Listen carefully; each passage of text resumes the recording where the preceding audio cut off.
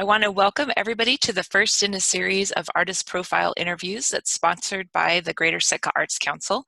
My name is Rain Vandenberg, and I am on the board for the Greater Sitka Arts Council, and I'm the secretary. I'm also an artist and an education and training consultant. I'm excited tonight to be speaking with the People's Choice Awardee from 2019, Caryn Kraft, who has participated in all but 3 of the last 12 years of Wearable Arts shows in Sitka.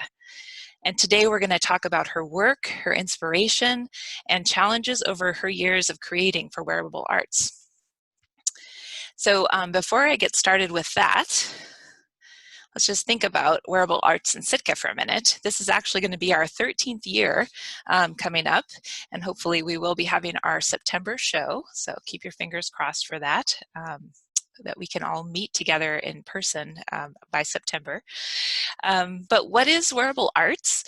Wearable Arts refers to creating clothing or jewelry that is an expression of fine art. And in Sitka, that has taken on many interpretations. Could be fiber artists that are knitting or doing beautiful woven pieces. It could also be artists creating out of recyclables or unconventional materials that you wouldn't normally make clothing out of. Jeff Budd was the one that brought the show to Sitka from Ketchikan, and we have there are shows in Ketchikan, Juneau, and Sitka, as well as Anchorage, that are very, very popular in their towns. So this is from last year's show. We've got the Alaska Airlines, who are a major sponsor for the Greater Sitka Arts Council and the Wearable Arts. And that's Lois, her dress from last year as well. So I would like to go ahead and introduce our guest tonight, Caryn Kraft. And welcome, Caryn. Hey, thanks for having me, Rain. Yeah, I'm so excited you could be here. So my first question for you is, what inspired you to get involved in Wearable Arts? Well, back in '09, when Jeff Budd was getting it all organized, we were over at some friends for supper, and they got talking about that Jeff's looking for entrants to get in, and they knew that I quilted. Mm-hmm. And so I said, never heard of it, never saw it before. And one of the guests said she saw a lady make a dress out of coffee filters. And so I thought, that's really interesting. So I went with that, making it out of coffee filters. And looking back, I think, oh boy, I really could have done better. And hopefully progress since then. And probably my best thing about my thing was the song I had was Jabba Jive by the Ink Spots. Mm-hmm. That's probably the best thing, but it was so much fun, and I really enjoyed it. And it was just the challenge of taking items and putting them on, making something that you could wear, because mm-hmm. the body is all kinds of curves and shapes, and mm-hmm.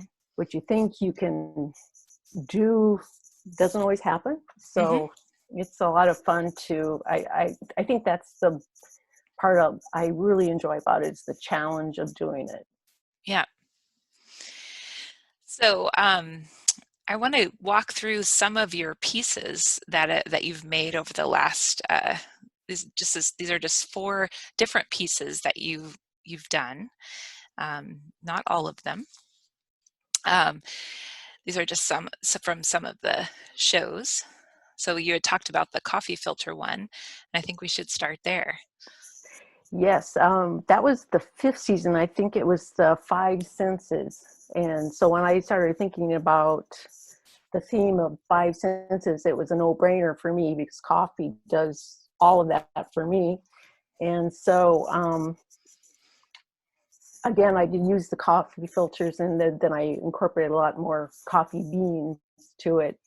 And my dress that you're seeing there, I was going through and trying to decide what I wanted to make on that. And when I was looking at different pictures on the internet, I could see all these cups with different little sayings on them, mm-hmm.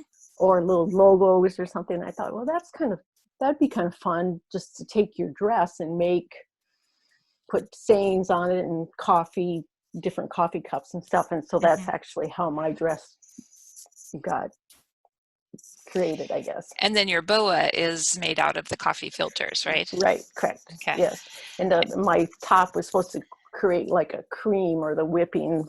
Oh, the whipped cream. Nice. And I wish I would have put coffee beans on it as well, but that's an afterthought now after. Yeah. And then another entry that you had in the same show. Yes. Dress. Can you tell us about this one? Yes. That one was the first one I made.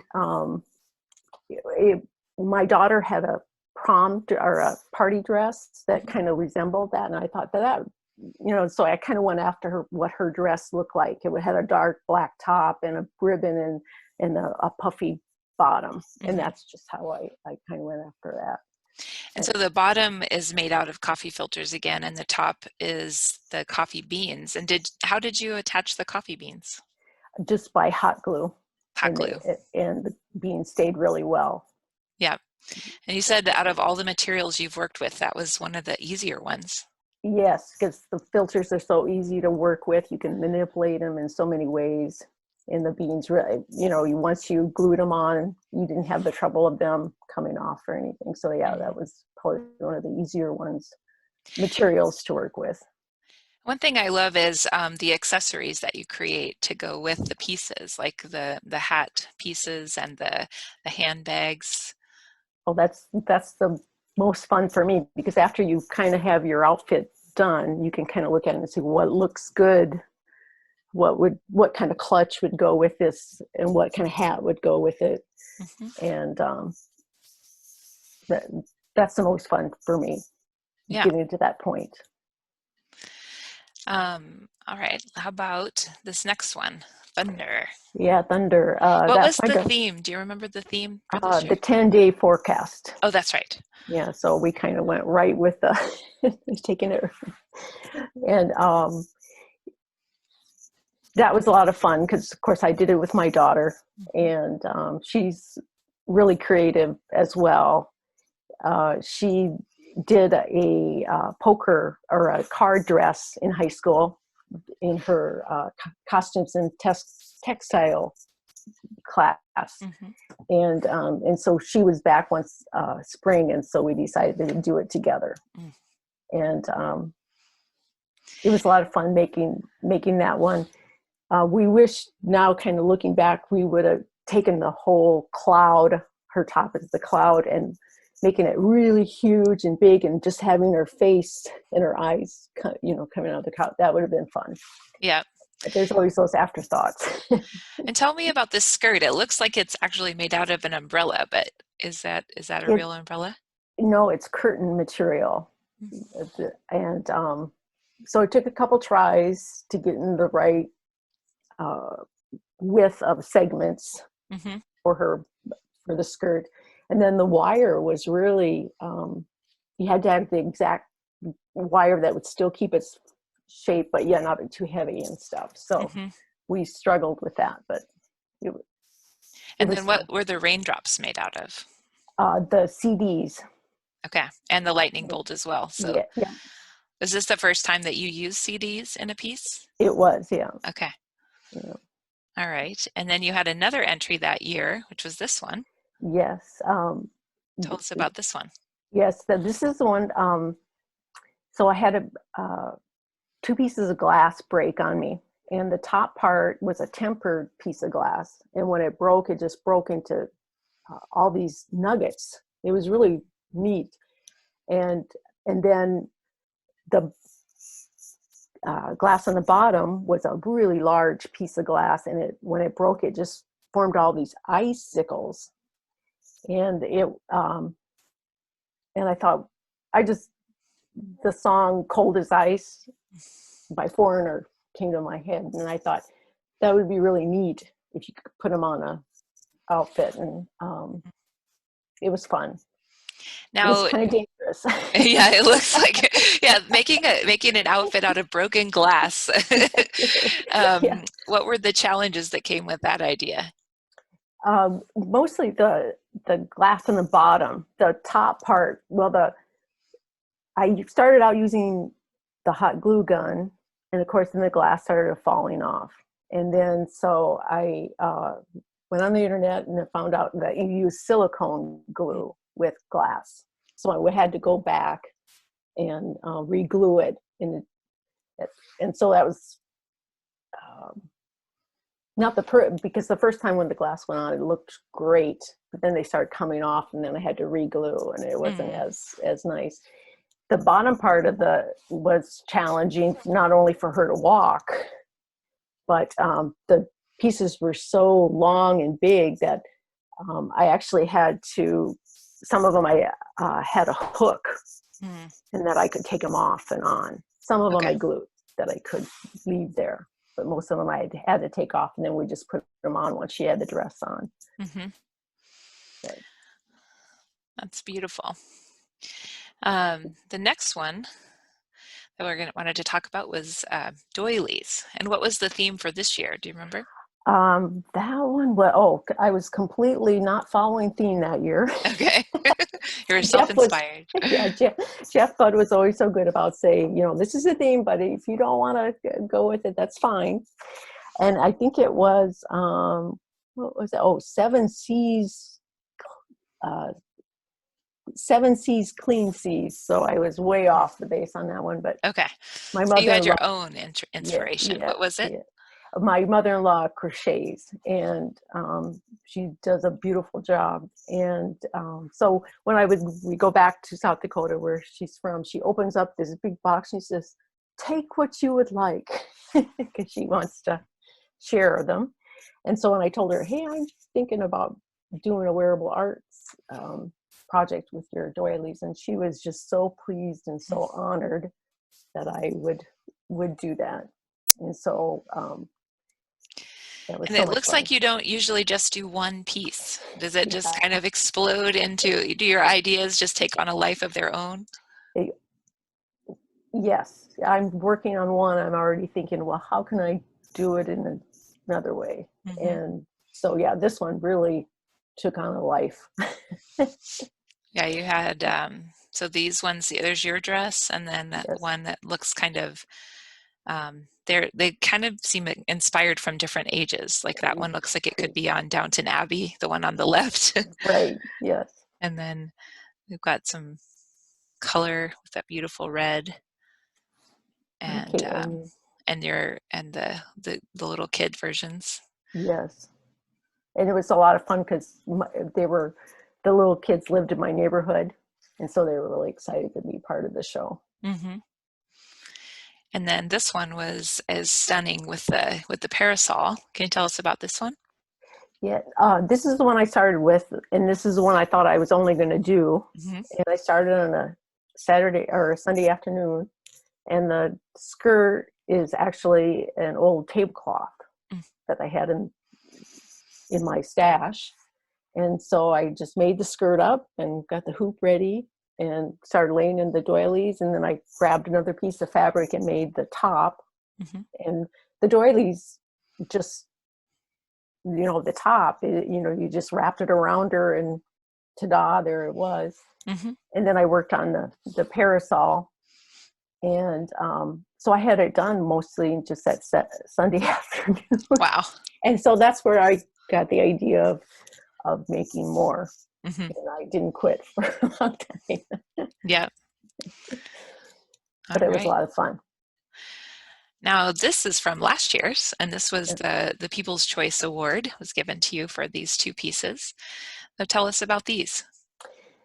So actually, probably the one that you have next. We'll talk about that one first. Yeah. Okay. So I started the top. I got into stained glass a little bit, and I didn't care for it as much as I like quilting, so I didn't do a lot of it. But I had this piece of glass that I really liked. That's the top of her dress, and I cut the pieces to look like diamonds, and I really loved the top, but I just couldn't figure out what to do with the bottom of the dress. And so it hung in my closet for years, at least 2 years, if not 3 or 4. And I'd pull it out and just couldn't get that inspiration. But the year before, then when my daughter and I did Thunder, we used the CDs on the Thunder part, and we stood back and just saw the light catch the CDs. And so after doing that, we pulled it out and said, hey, that's what I need to do. I could use the CDs on the bottom of the dress. And so I started cutting them, and the only way to cutting CDs are pretty hard just with the scissors. I ended up using these good old boys here. These tin snips work great. That's how you cut CDs. Okay, that's a good tip. That's a pro tip right there from Caryn. Yeah. And they would say to freeze them. That I didn't find freezing them helped at all. But gluing them was a challenge because you needed to use the E6000 glue, and that takes a long time to dry, at least 24 hours. So I'd have to do rows, but use a little hot glue just to keep it in place. And I would just have to keep on doing rows and letting them dry and going back. And so it took me a while just to do rows. Just like a section at a time. Yeah. Letting it dry and right, and continuing on. So how much did that dress weigh? It was heavy, and I wanted to try to weigh it, but I think it weighed about 50 pounds. Wow. It was just super heavy. And what we would do is I would get up on top of a table, and Joey would get on the floor and then go up into the dress. Shimmy up in there. We got it on her, and she would go up on stage, and she'd come down, and then she says, can I get out of this? It weighs so much. So we'd have to take her out of the dress, and then we'd have to get her back into it for the grand march at the end of the show. And then we'd start over again. So she got dressed 4 times. Wow. One show. So it was pretty heavy. Yeah. And what about your dress in the show? Well, so then when I was working on hers, it was all pieced together, and I was thinking, geez, what would it be like if you used a whole CD? How easy would that be to make a dress? And so that's where I should have named it whole or pieced or something like that, because I wanted to show getting a dress just with using whole pieces. And did these entries relate to the theme last year? It was the theme was on the edge, and of course CDs were kind of on their end of their existence of us using them. And so it worked out well with the theme. Yeah. So when you're thinking about a piece, it sounds like you start with the theme, and then kind of what comes next for you? Mostly then I kind of, you kind of save materials. Like after you have all those thousands of Keurig pods emptied and cleaned and want to get them out of your closet or whatever, then you kind of want to use them. And if you've seen ideas of how to use them, and you can kind of put them with the theme. Yeah. Try as much. And most of the themes have been real accommodating. I didn't do it the year of 9 Lives. I think I would have had a hard time with that theme. But most of the themes, like this year, is silver lining. And there's a lot that you can put with that one. It's an easy theme to work with because a lot of things you can find something good came out of it. And so it's been really easy to work with and a lot of fun. Cool. As well. And how about the music that you select? How do you go about incorporating music? Because it sounds like for some of the pieces, that's been an important part of it as well. Yeah, absolutely. When you find a song that you really like, I've always liked Louis Armstrong's the Life is Beautiful, and that dress is the one. I thought that's the song that I'd use for that, because it was kind of hard to find another CD song. Yeah. But I always wanted to use that song, and so that worked out well to use it Mm-hmm. with that dress.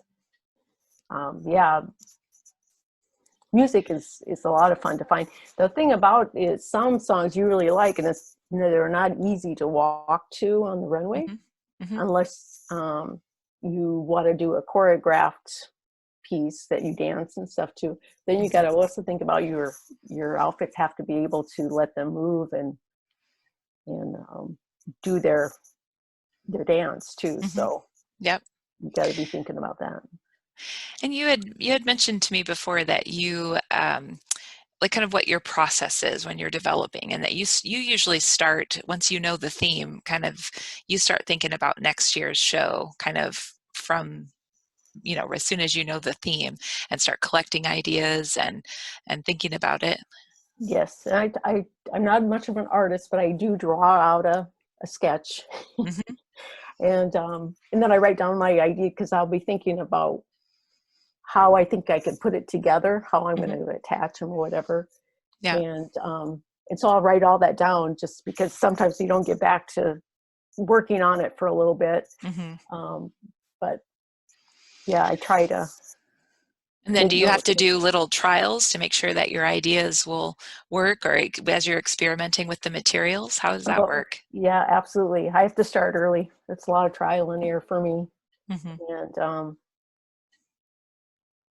and and that's not always good. Sometimes you get tired of your project, or you kind of get uh, overcritical. Mm-hmm. I guess that's what I do too. Is this what I could do better on this? But Mm-hmm. also sometimes you can take a break and then you can go back to it and really see what you could add to it or take away, and that Yeah. helps too. And you always have time Yeah. on your side if you do start early. And other artists don't quite work that way. They need that deadline, and they're still pinning things to it the night of the show. We always have quite a mix of that, but I appreciated that part of your process, that it's more deliberate. Um, so what's next for you? What are you thinking about? Well, I'm absolutely looking forward to. I hope it works out that we have a September show. So yeah, I have a couple outfits already entered, Hmm. and I hope it works out because it's going to be a lot of fun. Silver lining is going to be Hmm. a good thing to work with. Yeah. Well, thank you so much for sharing with us this Oh, evening. thanks. Yeah, thanks so much. I want to just give the people that are on the call a chance to ask any questions that they have for Caryn. I've got a question for you, Caryn. This is Bobby. Hi, Bobby. Yeah. What advice do you have for artists or people that are interested in being involved in wearable arts? Since you've been involved for just about every single year. Yes, even if you go to the show and you have the inkling or it kind of sparks your interest in getting involved, I really recommend it.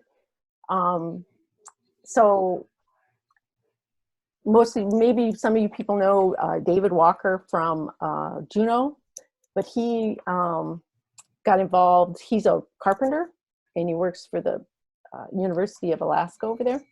And we got to go to the World of Wearable Arts in New Zealand in Wow.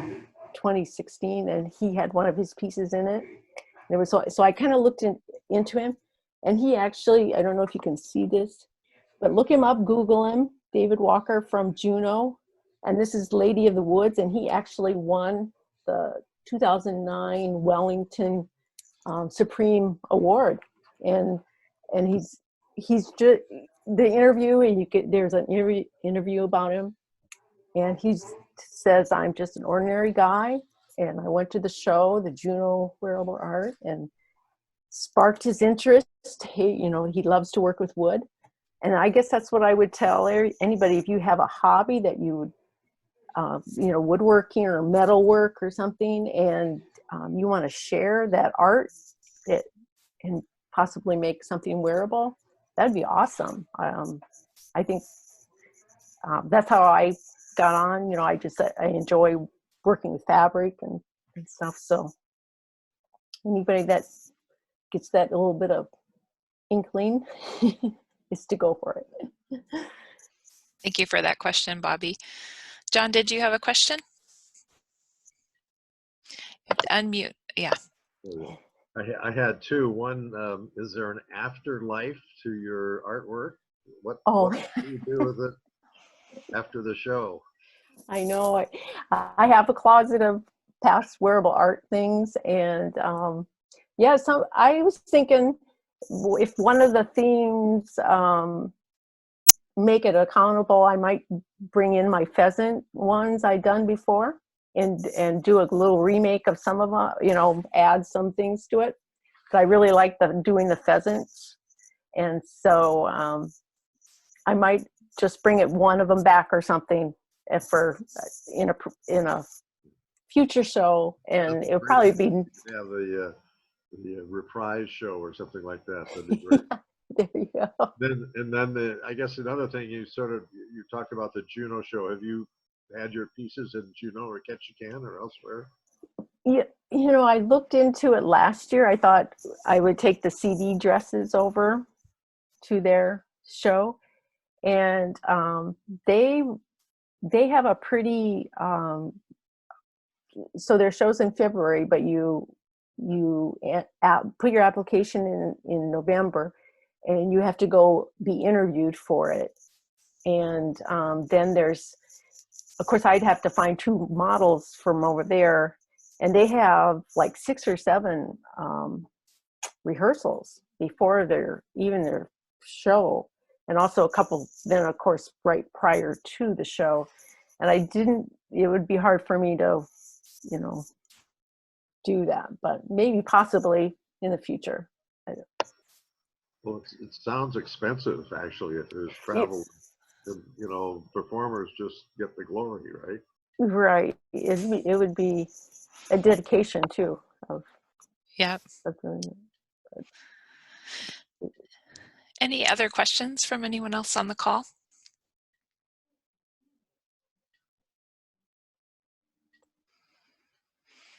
All right. Well, thank you so much. I just have a couple of quick announcements and then we'll wrap up this event.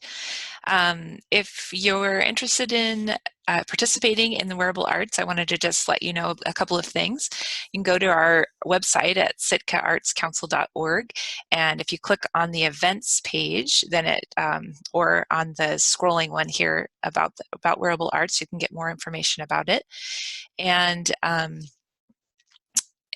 then also, if you're interested, we have a deadline of May 31st just to express interest and fill out a short application. And also, it does take a lot of volunteers to put on Wearable Arts. So if you're interested, please fill out our volunteer form in how you might like to be involved in that way. We'll have some planning meetings and things like that to participate in, as well as close to the event. It takes many hands to pull off a successful Wearable Arts event. So look forward to your participation in that way. And also we have a GoFundMe for the Arts Council, and we appreciate any help you can give us. And also you can become a member for as low as $4 a month through our Patreon, and you can get to that at our website by clicking support at the bottom. So thanks so much for the pictures from Bobby Jordan, for sharing the pictures from tonight. And thanks again for Caryn for being our first artist in our artist series for Wearable Arts. Thanks for having me. All right. Thanks everyone, and good night.